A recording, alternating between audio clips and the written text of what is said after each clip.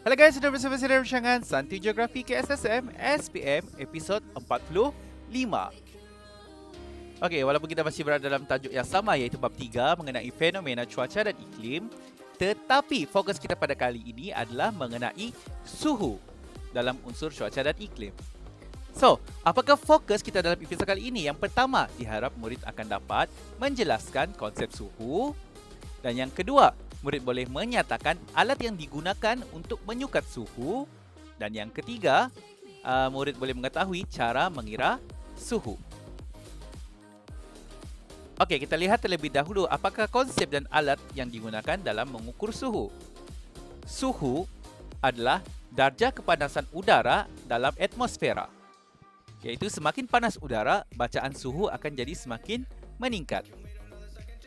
Dan suhu disukat menggunakan termometer dan dinyatakan dalam 2 unit, sama ada Celsius ataupun Fahrenheit. So, tapi kalau di Malaysia kita lebih cenderung untuk menggunakan unit Celsius. Okey, suhu maksimum dan suhu minimum boleh disukat menggunakan termometer maksimum dan termometer minimum. Dan biasanya termometer maksimum dan minimum ini diletakkan di tempat yang terlindung, iaitu di dalam alat pelindung Stevenson. Okey, ini adalah gambar rajah alat pelindung Stevenson dan juga termometer di dalamnya. Okey, yang mana ia diletakkan di dalam alat pelindung ini supaya tidak ada gangguan daripada haiwan ataupun cuaca yang melampau. Okey, kita lihat bagaimanakah cara mengira suhu. Okey, dia ada banyak jenis cara. Okey, yang pertama, min suhu harian dan julat suhu harian. Okey, bagaimana kita mengira min suhu harian? Okey, kita tahu dalam satu hari ada 24 jam. So, waktu daripada 1 hingga 24. Okey, apa yang berlaku adalah kita ambil semua bacaan daripada jam pertama hingga jam yang ke-24. Okey, kita campurkan semua dan kita bahagi dengan 24. Okey, kenapa kita bahagi dengan 24? Sebab kita mencari min suhu harian. Okey, satu hari ada 24 jam. Jadi, jumlah yang telah kita campur semuanya, contohnya 675 darjah Celsius bahagi 24, kita akan dapati min suhu hariannya adalah 28.1 darjah Celsius. Okey, yang kedua, bagaimana caranya kita mengira julat suhu harian? Okey, julat maksudnya tolak. Okey, apa yang perlu kita lihat dalam julat?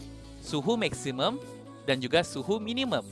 Okey, kalau kita perhatikan dalam suhu maksimum dalam 24 jam ni, yang paling tinggi adalah 34. Manakala suhu minimum yang paling rendah adalah 24. So, 34 darjah Celsius tolak dengan 24 darjah Celsius, kamu akan mendapati julat suhu hariannya adalah 10 darjah Celsius. Okey, bagaimana mengira min suhu tahunan dan julat suhu tahunan? Okey, kalau kamu perhatikan di sini, bulan daripada Januari hingga Disember ada 12 bulan. Okey, so sama juga caranya, kita tambahkan semua daripada Januari, suhu daripada Januari sehingga Disember, kita tambah semua, bahagi jumlah bulan dalam setahun. So, tambah, kita akan dapat 339 darjah Celsius bahagi 12 sebab ada 12 bulan dalam setahun. So, min suhu tahunannya adalah 28.2 darjah Celsius. Manakala julat suhu tahunan juga, okey, sama juga kita lihat min suhu bulanan tertinggi tolak min suhu bulanan yang terendah. So, paling tinggi dalam jadual ini adalah 29 dan yang paling kecil adalah 27 darjah Celsius. So, 29 darjah Celsius tolak 27 darjah Celsius, kamu akan mendapati 2 darjah Celsius sebagai julat suhu tahunan. Okey guys, itu saja untuk episod kali ini. Sekian, terima kasih dan diharap kita akan berjumpa dalam episod yang akan datang.